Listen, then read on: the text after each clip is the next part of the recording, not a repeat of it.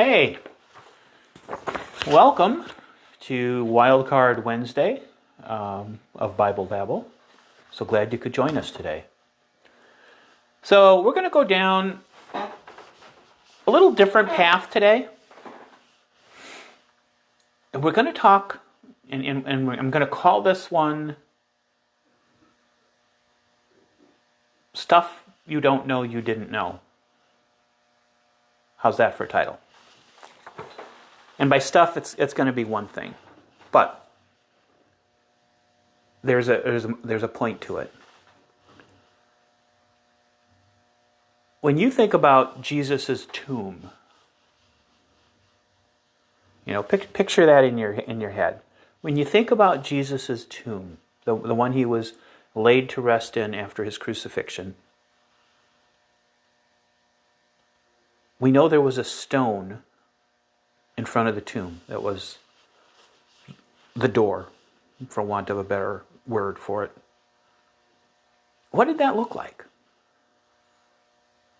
Well, you know that, right? I mean, everybody knows. It looked, this is a fabulous artist rendition, but it was a big round stone that was rolled in front of the entry to the tomb.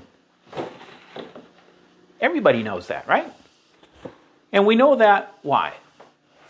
Well, first of all, we know it because that's what we have seen in pictures forever. We know because Matthew, Mark, and Luke all use the word rolled, and rolled the stone, in front of the tomb, or rolled the stone away from the tomb. We know it just from common sense. Well, if it's rolling, it's circular or something approaching circular. And we've even read it. I remember reading a book many years ago. It was written by somebody who had written about the day Christ died. It was a book by Jim Bishop, I think his name was. And he had tirelessly, worked and researched all of the minute details of what that day was like. And it's the kind of book that I loved as a kid, and I think maybe helped propel me a little bit along the path that I followed. But that book even talked about in detail how to move the stone. First it would be, people would roll it and then put some other smaller stones under it to kind of chock the wheel there. And then you'd roll it some more, and then you'd put stones there until it was all the way away from the entrance. And how the tomb would even have a little groove in the rock, the surface of the rock, where it would be easier to roll the stone. And when you read that, it is so easy to get that image. So you just know that's what it was like, right? Well, it turns out, I was reading an article in Biblical Archaeology, because I like to do that. Biblical Archaeology Review, actually.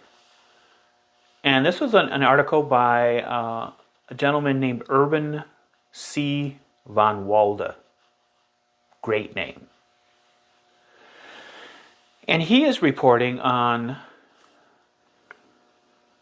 research that was done by another scientist, another scholar, an archaeologist, named Amos Kloner. And this guy has made an exhaustive study of tombs from what's called the Second Temple period. That's that period around the 1st century AD up to about 70 AD, and it's probably the century immediately preceding that. He's actually excavated more than 900, I almost said 700, more than 900 tombs in and around Jerusalem from that period. Now, these are 2,000-year-old tombs. More than 900, okay? Out of that 900, there have been 4 that had round stones for doors. Let that sink in. 4 out of more than 900. That's way less than 1%. I think it's like 0.44%, something like that, of the tombs. And the ones that had them were the tomb of Queen Helena of Adiabani. The second was the tomb of Herod's family. And the third was one that was close to Herod's family. So if they were in proximity, they were possibly related. And the fourth was a tomb located in the upper Kidron Valley. All of these tombs were for rich and powerful people. Now, the other, let's just say, call it, the other 900 tombs had something different instead of a circular stone.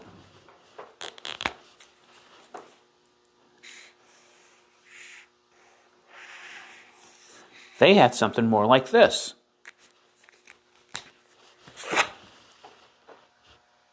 Basically a cork.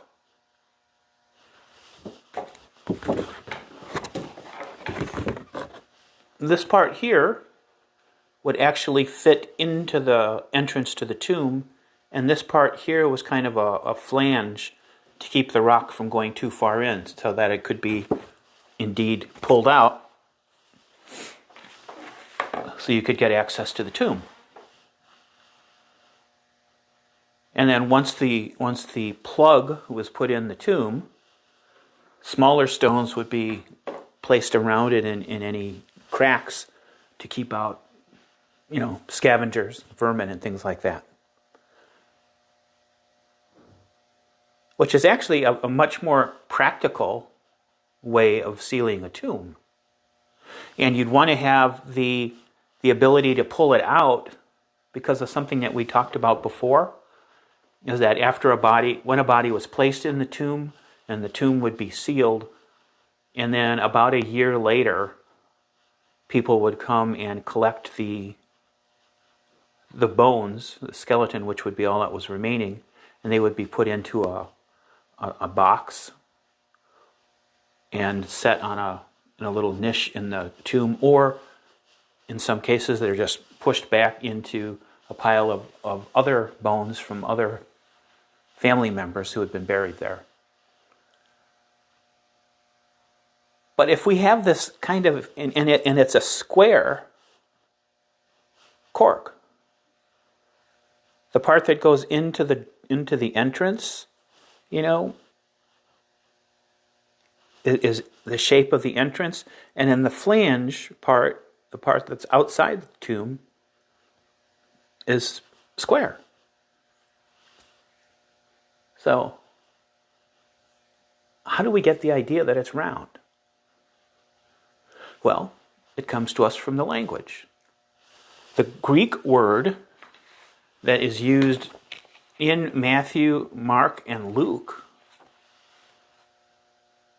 and it shouldn't be too surprising that it's used in those three, because, as we've talked about, the writers of the Gospels didn't really have a good grasp of, keeping their eyes on their own paper.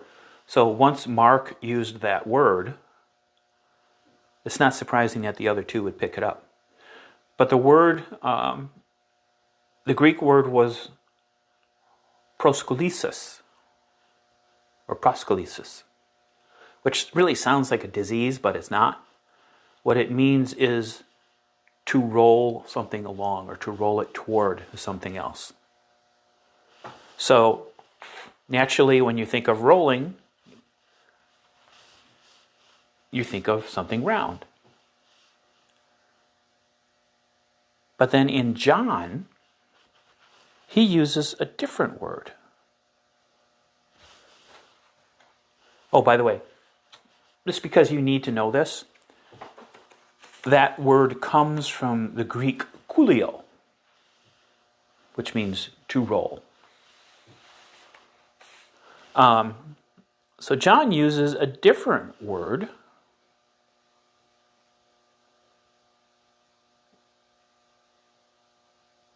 And let me see. Oh, goodness.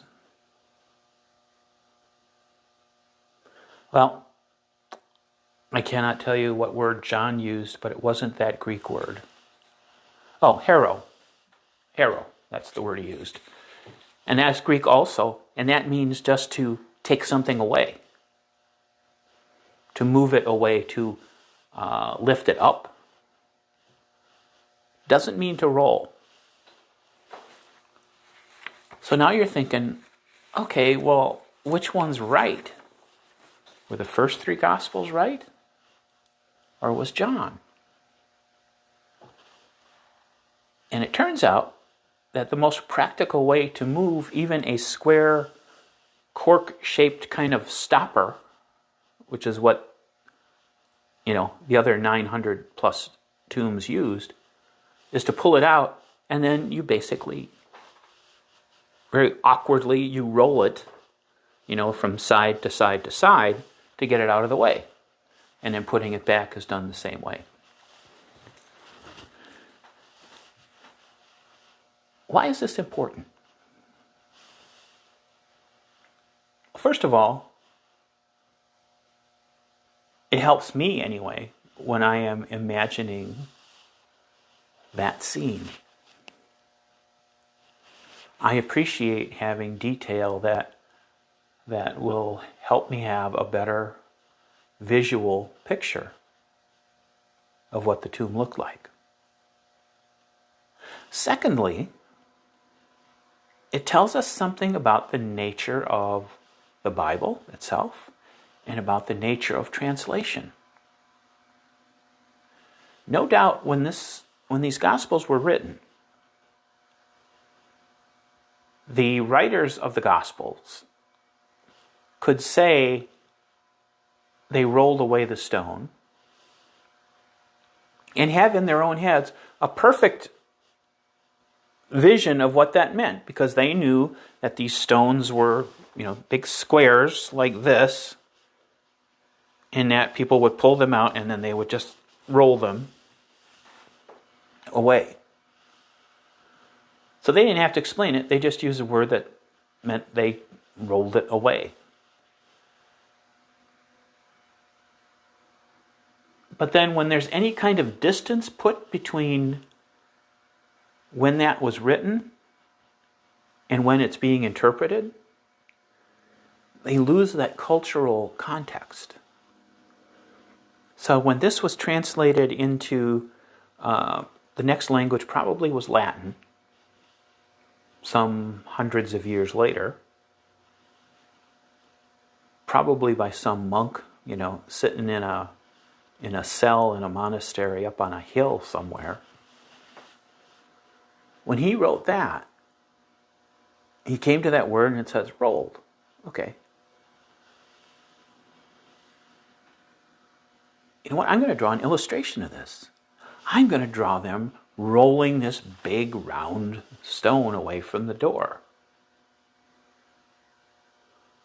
And that's how it starts. We have somebody who is interpreting the language correctly, but doesn't have the cultural context to know what it really looked like. So the general idea is, round. It says roll, so it has to be round, and then as it gets illustrated over the years, that's what people draw. Until, now, 2,000 years later, Everybody knows it was a big round stone. Only it probably wasn't. And the third thing is just kind of fun, because this shows you what biblical scholars and archaeologists and people like that argue over. Because this article that I was reading also talks about another article that Amos Kloner wrote, in which he said, well, everybody knows that the word coolio and the word harrow can both be translated as to roll. Only when you look through, and this is what the author with Urban von Wadi pointed out, or Waldy, when you look through any ancient Greek text or a dictionary, a compilation of the ancient Greek and what those words meant, that's not in there. So Amos Kloner was either making it up, or he was just inferring from other things that he had read. But these are the details that these people study. And we have to thank them for it, because over time, the more complete picture they build up, the better it is for us.